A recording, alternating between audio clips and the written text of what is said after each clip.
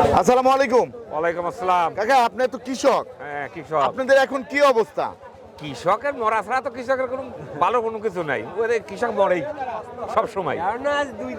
হ্যাঁ, এখন কারো কৃষকের থেকে পিজির দাম বাড়ছে, লাভটা কি হইলো?